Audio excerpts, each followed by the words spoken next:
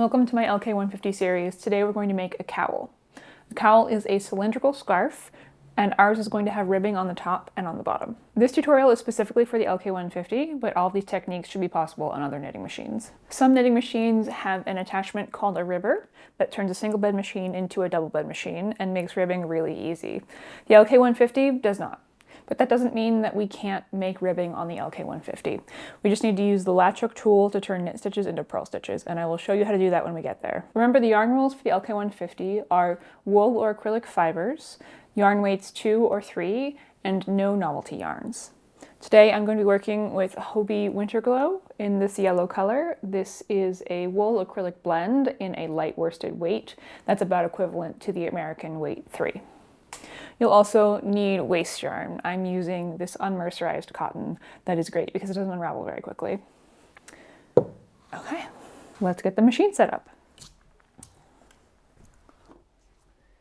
If you need a refresher on how to do this, check out my unboxing video or take a look at your manual.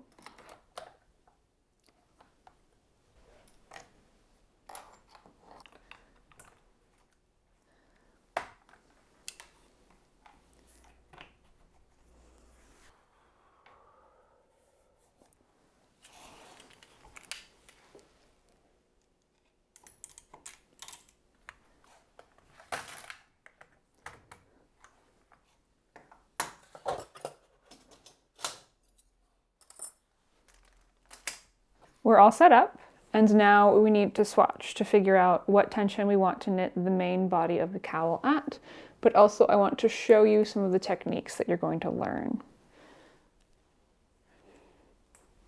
There.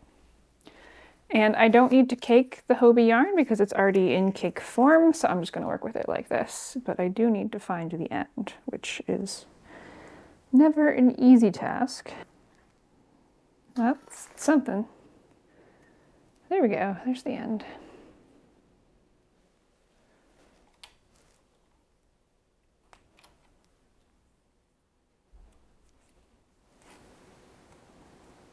So first we're going to make a tension swatch to figure out what tension we want to use. So I'm going to pull out needles on the either side of 0. And then we're going to cast on with the waste yarn. The rest of the projects we've done in this beginner series have all had a folded hem, but for this we're not going to have a hem. We need a cast on edge that makes sense and looks neat. So we're going to start with waste yarn. Feed it into the main feeder, and I'm picking 5 for this, doesn't really matter. So every other needle, cast on, and then I'm going to hang the cast on comb and put the yarn in the little clip. And then we bring out the rest of the needles.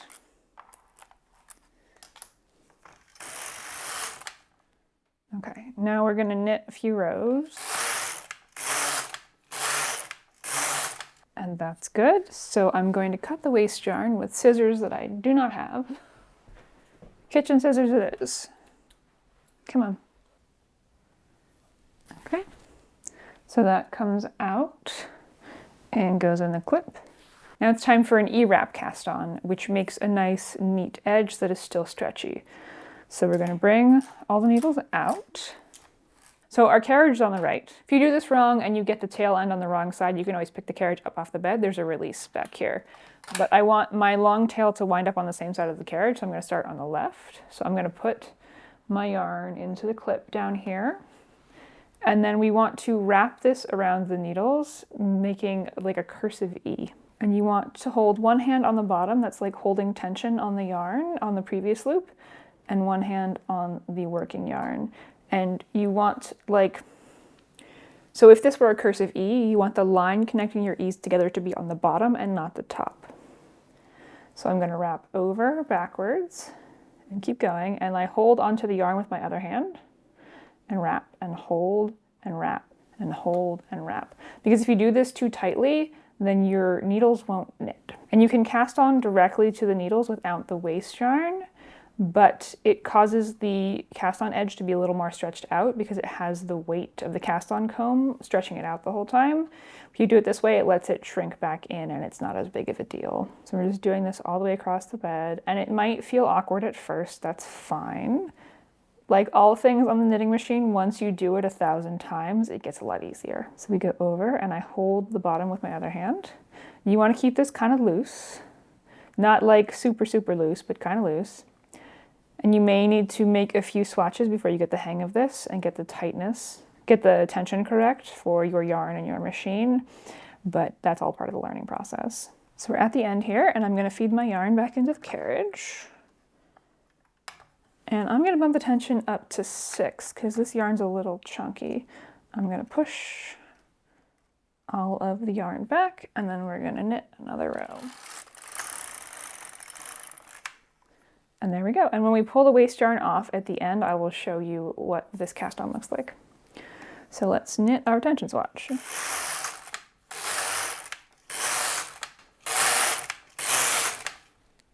All right, that's pretty good. I'm gonna mark this with eyelets. Where are my tools? This is at tension 6, so it gets 6 eyelets. And the eyelets are so that we can recreate this swatch later, because sometimes you have a bit of time between knitting the swatch and actually using the swatch. So it's easy to forget. 1, 2, 3, 4, 5, 6. 1, 2, 3, 4, 5, 6. I can't count. Okay, a few more rows and then we're gonna bind off. My yarn's not feeding nicely.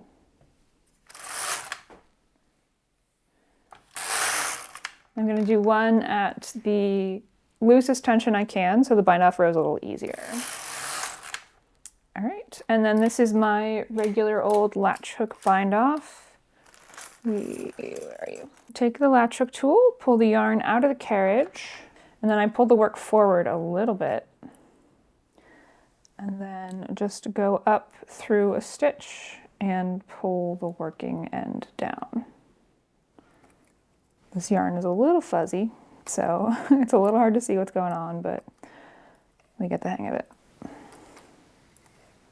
I'm going to reiterate here that you need to swatch for machine knitting. You should swatch for hand knitting as well, but you have to do it for machine knitting because while the piece is on the machine, it is all stretched out and you don't know what it's going to look like after it has been blocked. So you have to do this step or you will wind up with things that are the wrong size.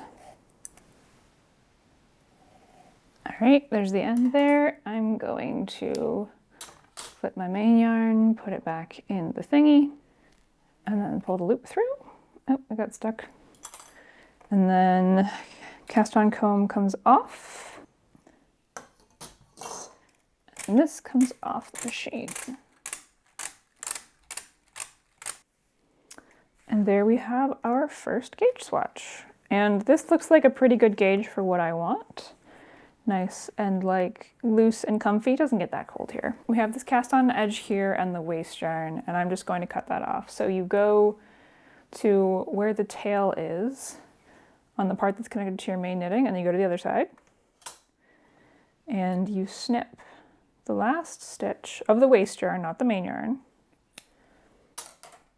And then you can just pull on the tail and it will come out. And then this comes off. Okay. There we go. So this is our cast on edge. I'm not sure what the hand knitting equivalent is because I'm not much of a hand knitter, but this is a perfectly acceptable cast on edge. It's nice and stretchy and it works fine. But if you'll notice that the cast off edge is not stretchy at all. And for our cowl, we will want a stretchy cast off edge, but I will show you how to do that when we get there. So this is our tension swatch. It will tell us how many rows and how many stitches we need for the final garment. But I want to make a technique swatch as well to show you all the techniques that we're going to use for this. So let me cast on again. Where's my, there it is. Bring out a few needles on either side of 0. And then we're going to cast on with the waste yarn again. Into the thingy. Oh, the tension all the way loose, but that's fine.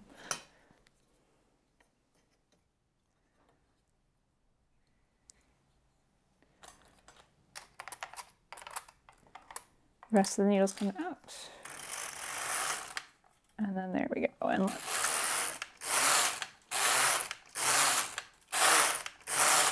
and a few more rows. Okay, that's good. Waist yarn gets cut and goes back in the holder. And then secure the tail. And then we're going to bring all the needles forward. And my carriage is on the right, so I want to start on the left so that my long tail winds up on the same side as the carriage. So let's tuck that into the clip down there, and then we're going to do the wrap cast on again. So I'm going to go between these first two needles and then wrap backwards, and then hold the other end with my other hand down here to keep the tension a little loose. And then we're going to do that all the way down. And you already did this once for the other tension swatch. You did knit the other tension swatch, didn't you? So this should get easier as you go. I'm all my E-wraps cast on, and then we're going to put the yarn in the feeder, and then I'm going to reset my row counter so I can keep track of how many rows I'm knitting. So this is going to be a small sample of what the larger cowl is going to be, and our cowl is going to have some ribbing on the bottom, plain stockinette, and then some ribbing on the top. So let's call it 10 rows to knit.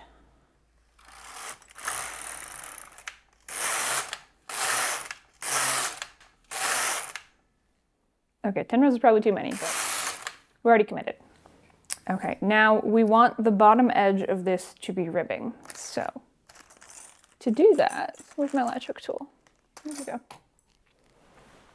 To do that, we're going to take the latch hook tool. Okay, so first of all, what we see here is the purl side, and the other side, if we were to flip it around, is the knit side. And what we want to do is turn this into ribbing. You can do any kind you want, 2x2, 1x3, whatever. I'm going to do 1x2 because this takes a lot of effort and it's a little easier than 1x1. So in order to turn these purl side stitches into knit stitches, we need to use the latch hook tool. The only way to turn these purl stitches into knit stitches is to unravel them and use the latch hook tool to latch them back up in the other direction. We don't want to unravel all the way to the bottom of the waist yarn. We only want to unravel our actual stitches. And because I'm doing 1x2, let's leave, so this last column is going to be in the seam.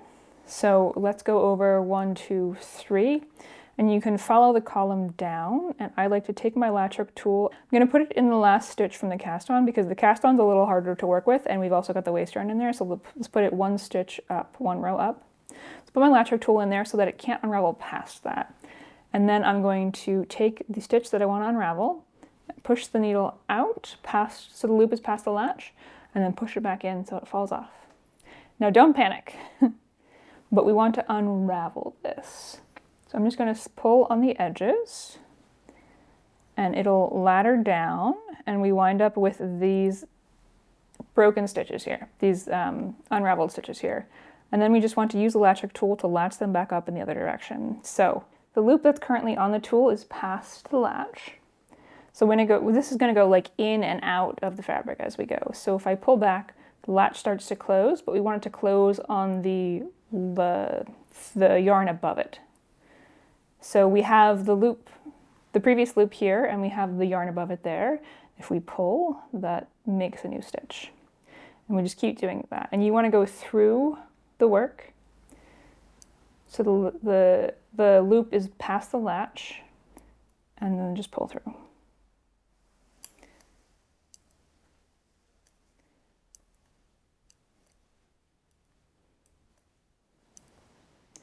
And then you just do that all the way up. And then when we get to the top, pull your needle out and put the loop back on it. And there we go. Now we have a knit column in the sea of our purl columns. We want to do this all the way across. So I'm doing a 1x2 ribbing, so I'm going to skip 2 and then go to the third one, which is this one, and then follow it all the way down to the stitch above where the waist yarn is. Put my latch hook tool through, and then let that stitch fall off the needle. And then we pull on it to get it to unravel. Come on. And then we're just going to latch it back up. Yep, come on. And again, like all things in machine knitting, this gets easier the more you do it. So you may need to make 12 of these before it gets easy.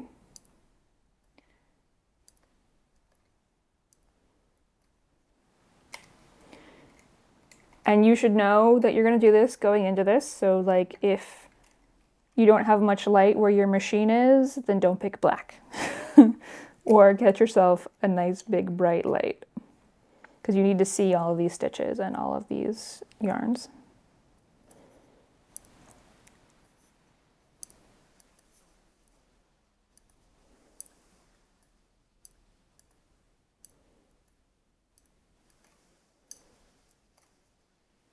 Okay, we're back. I finished up my ribbing and then I knit the rest of our swatch here, and it's time to do the ribbing on the top.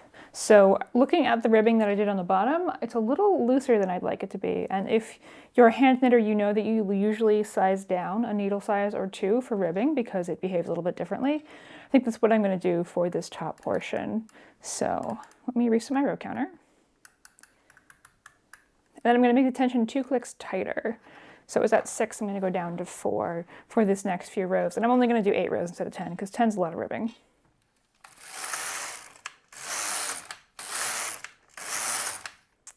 All right, there we go. And now it's the same process with the ribbing on the top of the piece. So we go in 3 from the edge, and then we count down 1, 2, 3, 4, 5, 6, 7, 8 to here, and then drop this stitch off and let it unravel down, and then we're just going to latch it back up, just like the other stuff.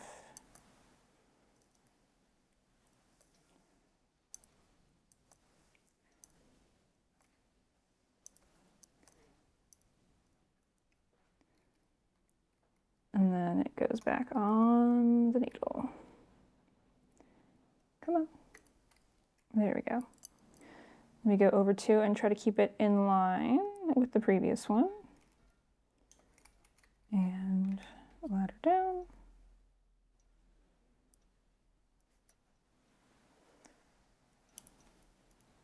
Come on.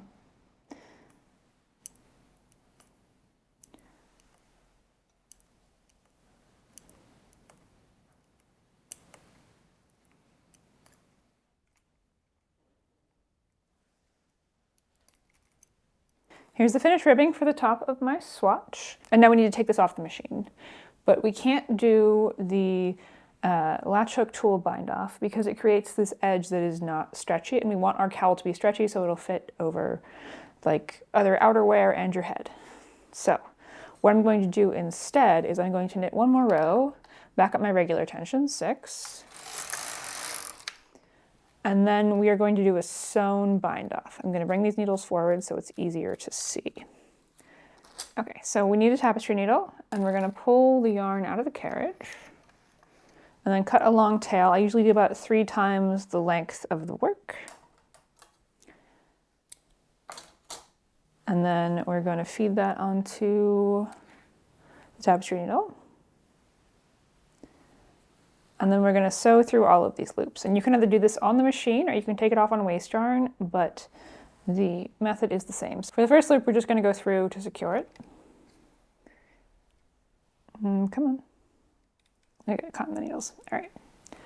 And then for every pair after that, we're going to go, so the loop has 2 legs to it, the left leg and the right leg. And for each pair of stitches, we're going to go through the 2 that are closest together. So we're going to go through the left leg of the stitch before into the right leg of the stitch after. And pull through. And don't pull this too tight. You want this to still be stretchy. And then move over a pair. So for this pair, we're going through the 2 that are close together. So we've already sewn this portion. And now we get to here, this pair here, because we've already done this pair. We go through the 2 loops that are closest together. My yarn tail's a little long. That's why this is happening. Oh, come on. All right, there we go. And then these 2.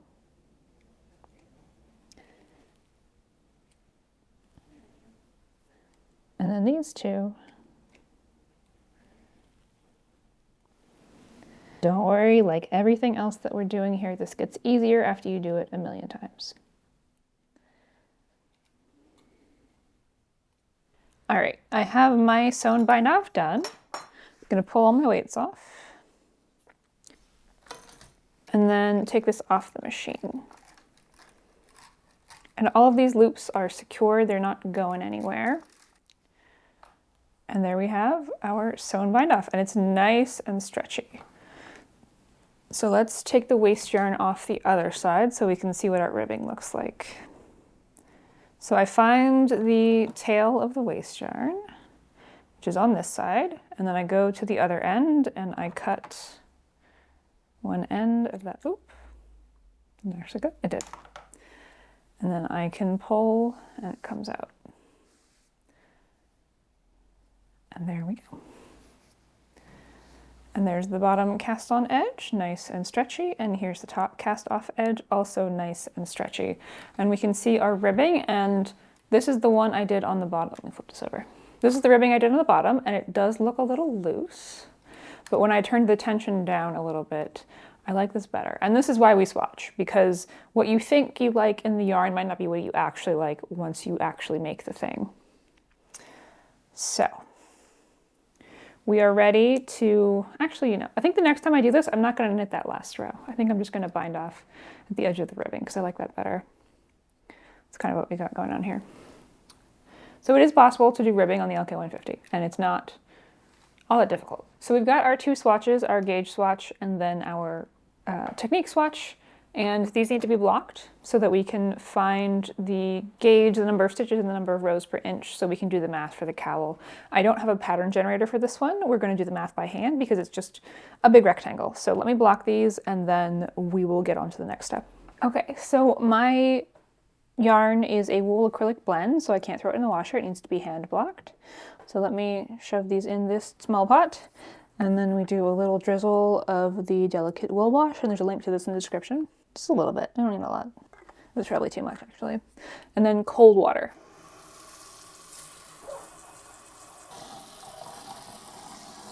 It's probably good. If you use warm water for this, it might felt, and the fibers will stick together, and it won't be netting anymore. It'll be felt, which is one thing if that's what you're going for, but that's not what we're going for here. So I'm just gently squeezing this to get all of the soapy water worked through. Don't be too rough with this. Don't like wring it out like you would a towel. Just like a gentle squeezes. All right. And you can even leave this for like 15 minutes and then come back to it, but I don't have time for that. I got stuff to do today.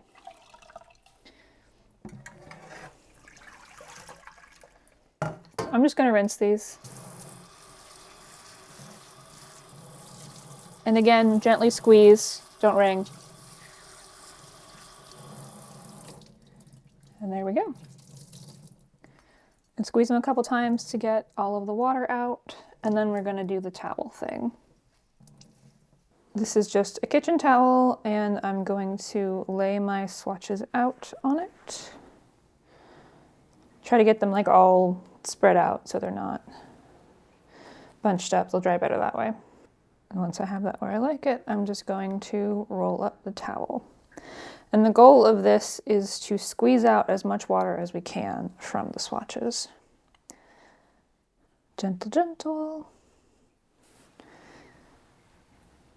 And then for big pieces, I like to actually walk on this, but for small pieces, we're just gonna put some more weight on it. And then let's roll it back out. And let me get a second towel. You can roll these up a second time, but these are actually not very damp anymore. I just don't want to leave a wet towel under them because it'll take longer for everything to dry. So, dry towel. Everybody spread out. And then we're gonna come back, I'll put them the other way. Everybody spread out. And then I'm going to come back when these are dry and get the gauge, and we'll go from there. We are back. My swatches have dried, and now we can do the math for this cowl, because I don't have a pattern generator for this one because we're just making rectangles. Okay, so let me go through how this is going to work.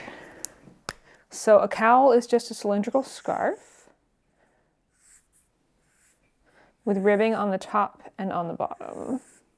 So this is going to be ribbing here, and then this is going to be ribbing here. And I pulled some standard dimensions for cowls from the internet. If you have a cowl you already like, you can use the dimensions of that. But this distance here, from the top of the cowl to the bottom of the cowl, is going to be 13.5 inches. And then this distance here, well, the whole circumference of the cowl is going to be 32 inches. And then we're going to have, let's call it 1.5 inches of ribbing. So I'm going to take our gauge swatch, and we're going to measure the number of rows and the number of stitches per inch. And I just like to take a 2-inch square in the middle of the swatch somewhere where it's not like impacted by the stockinette rolling up. And I struggle to count, so we're going to do our best. Call it 8 stitches in 2 inches, so that's going to be 4 stitches per inch. And then how many rows? 1, 2, 3, 4, 12. 12 rows per inch, so that's 6 rows.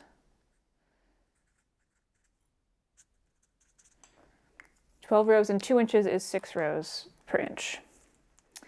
Okay, so now we need to do the math for the 32-inch circumference. That's going to be 32 times the number of stitches per inch, which is 4. So that's going to be 128. And then for this 13.5-inch length, we're going to multiply 13.5 by the number of rows per inch because it's vertical. So that's going to be 81 rows. And then for the 1.5 inches of ribbing, 1.5 times 6 rows per inch. So that's going to be 9 rows. And that's all we need for this cowl. So we're going to cast on 128 stitches. We're going to knit 9 rows and redo our ribbing, and then keep knitting up until we get to a total of 81 rows, and then do a ribbing for the top, and then we're going to do the sewn bind off and take it off. Now, my cowl is only 128 stitches in circumference, and I have 128 needles on my machine. If you get a number that's bigger than the number of needles you have, you need to break it in half and knit it in 2 pieces so that you can do seams in it later. And even mine that's just knit in 1 piece is going to have a seam on one edge, but that's fine. Okay, this is all of the math we need to do. Let me get my machine set back up. Wait, no, first I'm going to look at my swatches. Remember on this one, I turned the tension down for the top row of ribbing because the bottom row seemed kind of loose, and I think I like this better. So I'm going to do that with my final cowl. So this is at tension 6, and I knit the ribbing at tension 4. I just need to remember to do that when I get to the machine. Okay. Let's do this. And I'm going to leave this out so I can take a look at it while I knit. Okay, we need to cast on 128 stitches, and we're going to use that on waste yarn. And we're actually, so the whole cowl is going to be 128 stitches, but we lose 2 stitches on the edges to the side seam. So I actually need to cast on 130, and that's what, 65 to 65? So I'm going to bring out every other needle. 65 all along the bed.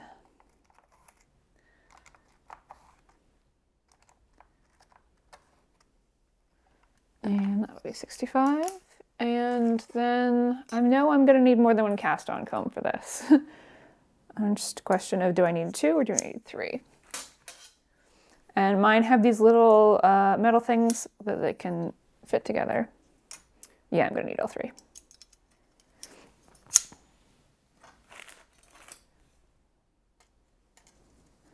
Okay, cool. So that's ready to go when I need it. And then it doesn't matter where the tension is for the waste yarn because it's just waste yarn.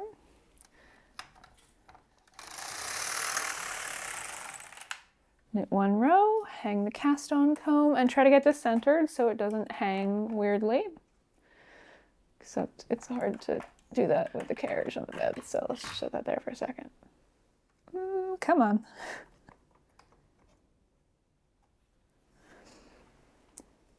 Okay. And then I'm going to bring out the rest of the needles. And this should go to 65 Hey Google, 65 times 2. 65 times 2 is 130. Okay, I just have to double check the math because I really cannot do basic math. I have never been able to. And this is the part where I remind you that I have a degree in math. Okay.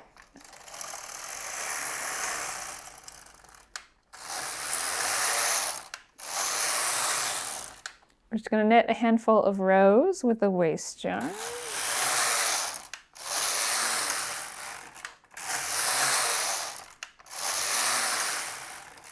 That's probably good. That's actually probably a little too much, but it doesn't really matter. And then my yarn's getting caught on the tension post. Okay, and that goes in the thingy.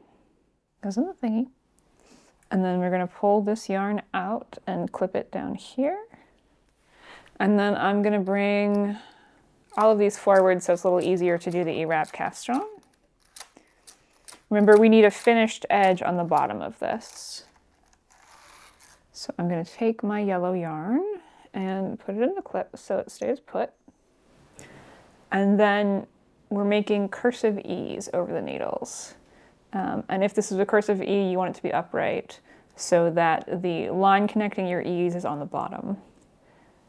And I'm using my dominant hand to loop the yarn over the needle and then my non-dominant hand to hold on to it underneath so the tension stays consistent.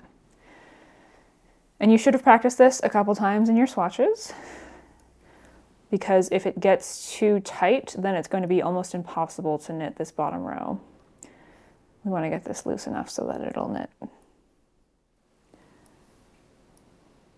Doesn't have to be perfect. Some minor imperfections will block out, but try to keep it consistent. And repeated stuff like this builds muscle memory and you get better at it as you go. So as long as you do it the same way every time. Don't try to mix this up on every needle, and don't try to start and stop and use different techniques, because you'll never learn any one of them if you do that. All right, and then this goes in the carriage. Okay, and we're doing the bottom row of ribbing first, and I want to knit mine at tension 4, so we're going to 4. And I need 9 rows of this, so let me reset my row counter. I'm just going to push the loops all the way back on the needles so they pass the latches.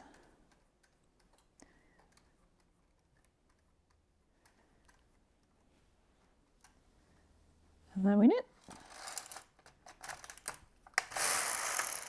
Oh, crap. What happened there? Oh, my tail got caught. It wasn't secured. Wait, what? No, I just have a big loop there. Okay, so sometimes these things happen. This probably got caught on the edge here and then looped over and then broke when we tried to start knitting. When this happens, you can start over if you want. This is very early in this project, it wouldn't be a big deal to start over.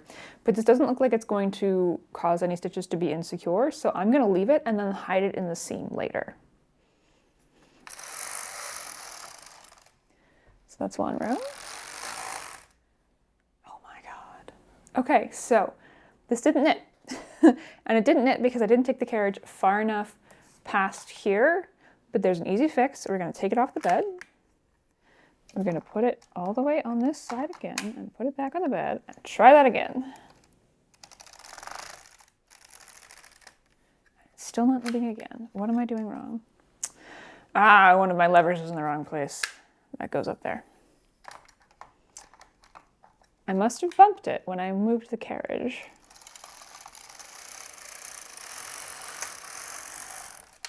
There we go, now we're knitting. Everything looks good, nothing's falling off the needles.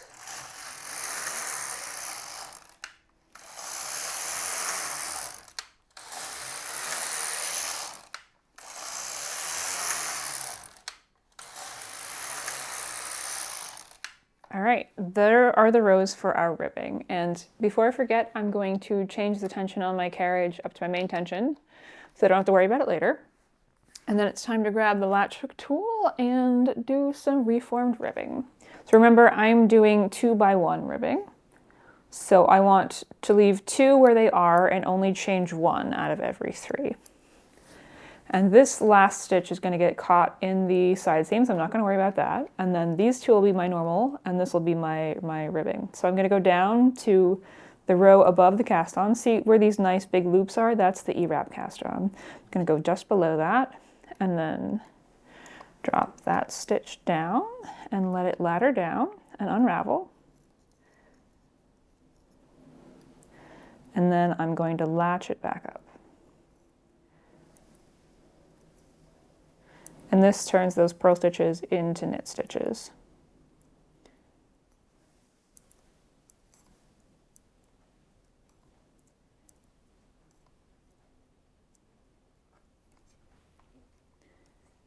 And then it goes back on the needle. There we go. And then we're going to skip 2 and go into the third one, and we go in the loop just above the E-wrap. And then drop that off.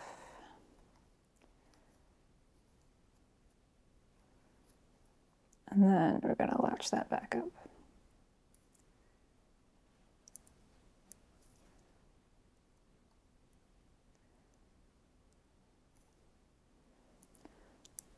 And I'll split a stitch.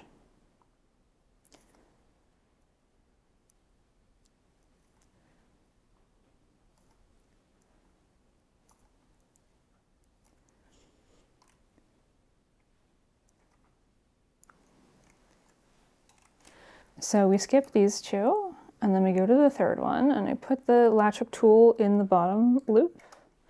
I'll drop it off the bed. Sometimes the fibers get stuck together a little bit.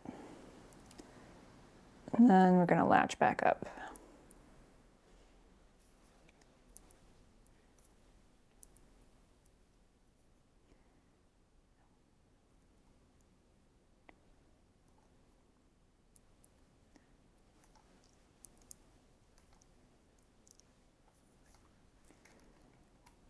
And then this goes back on the needle.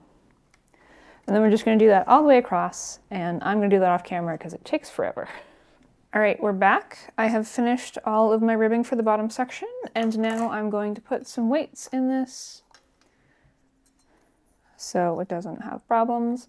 And then I remember I changed my carriage to my final tension, which is 6, and then I need to knit to row 81.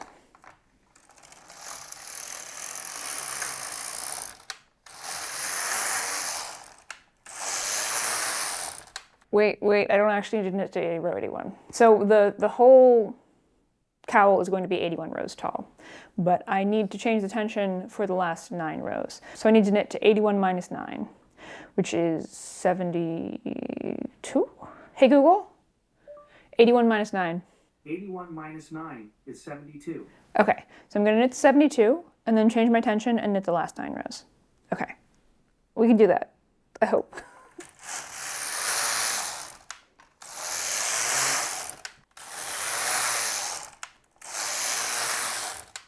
All right, now we're at row 72, so I'm going to put the tension back down to 4 for the last 9 rows.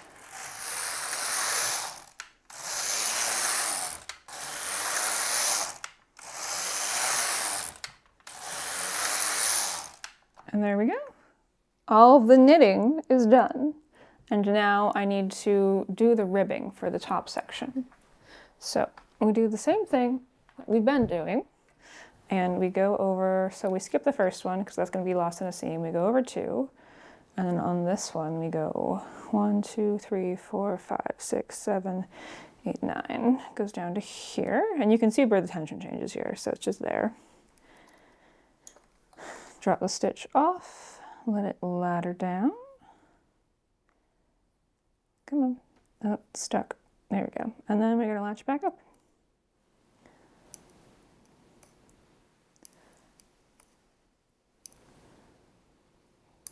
Come on. My hook got stuck. There we go.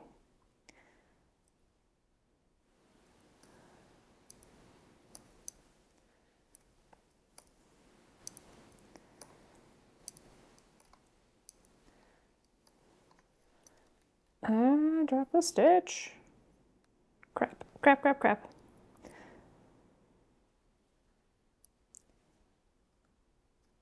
Need the hook to go this way. There we go. And then, come on. And the latch, put it back on the needle. All right, and then we just do that all the way across. All right, I have finished my ribbing, and it's time to do the sewn bind off. So let me pull the yarn out of the carriage. And then last time I grabbed 3 times the length of the work, but it wasn't quite enough, and I want to be able to have enough for the side seam, so I'm gonna pull 4 times the length of the work and a little bit extra to do my sewn bind off. Put that in the thingy. And then grab my tapestry needle, thread that. Oh, this is gonna be long.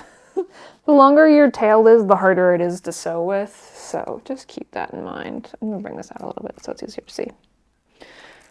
Okay, so our first stitch is gonna go through just one side of that last needle. Oh my God, the yarn is getting caught on the needles and I dropped a stitch. Ah, but it's secured, okay. That can just go. Just gonna grab a transfer tool and put that stitch back on because I still need it. Okay, this is why you should be careful. Okay, so the yarn is secured, and then we're gonna go through pairs. We're gonna go through the legs that are closest together. And I like to put my hand in the long tail as I pull it through so that it doesn't get as tangled. It still gets tangled, but it's not as tangled. Okay, and you don't want to pull these too tight. But we're always going through pairs through the legs that are closest together.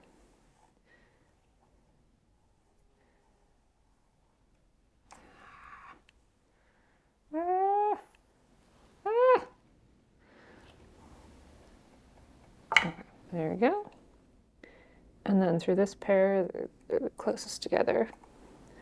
And you want to make sure that you're going through every single stitch on every single needle, but also you're going to go through each stitch twice. So the first time you go through it, it's going to go through the left leg of the stitch into the previous one.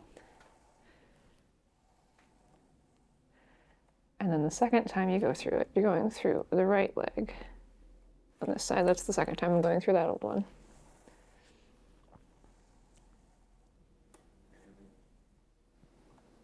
And I'm just going to do this all the way across.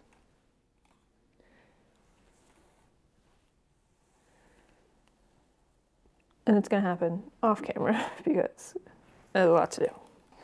I have bound off all of my stitches. It's time for this to come off the machine, but first I'm going to pull off the weights. All right, and then I'm just going to push these needles all the way out so the loops are past the latches. There we go. And then they go all the way back in. Come on.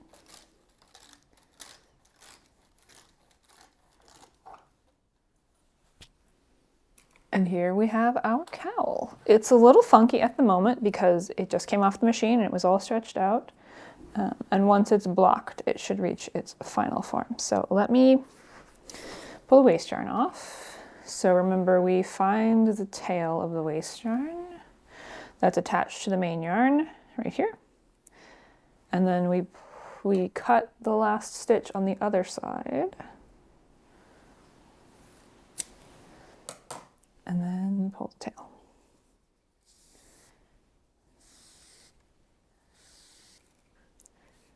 You pull it up, and then that just comes off.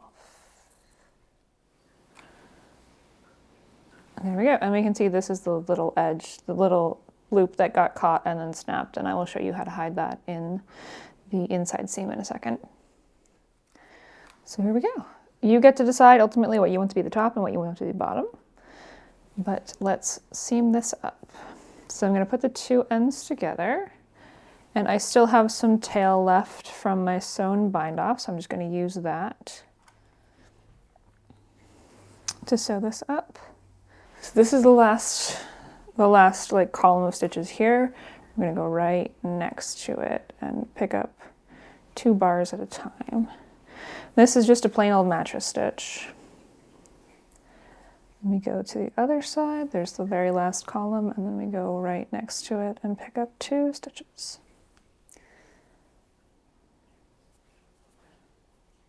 And then we're just going to do that all the way down.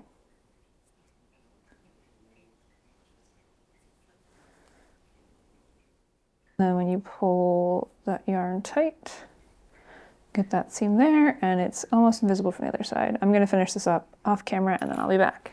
Here is my mattress stitch, and when I wove in the ends, I treated that gnarly loop as just another end. So everything is secured, and the ribbing is folding up a little bit, but that's gonna be less of a problem once it's blocked. So here is my final cowl. This is not in its final state yet. I still need to block this, and I'm going to block it the same way that I blocked my swatches. That's why we make swatches, so we know how the yarn's going to behave after it's been washed. Yeah, and that's it. This is like a nice, easy beginner project on the knitting machine, and you can do so much with this if you want to do like some kind of texture pattern, or you want to experiment with Fair Isle or Intarsia. That's totally an option, and these would make great holiday gifts. So let me go block this and then we'll be back. Here we are. This is the cowl after it's been blocked and dried. This is going to be a lovely pop of color during the cold winter months.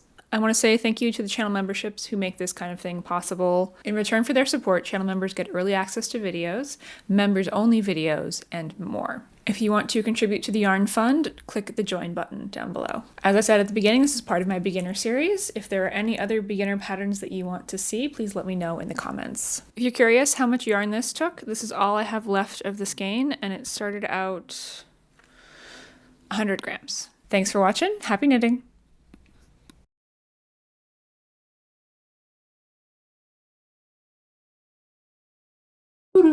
And now I need thumbnail videos. I smile, make a face in the camera, and you cannot see my mouth. You can go like up like this, and then it's like a hoodie thing, a hooded thing, just like that.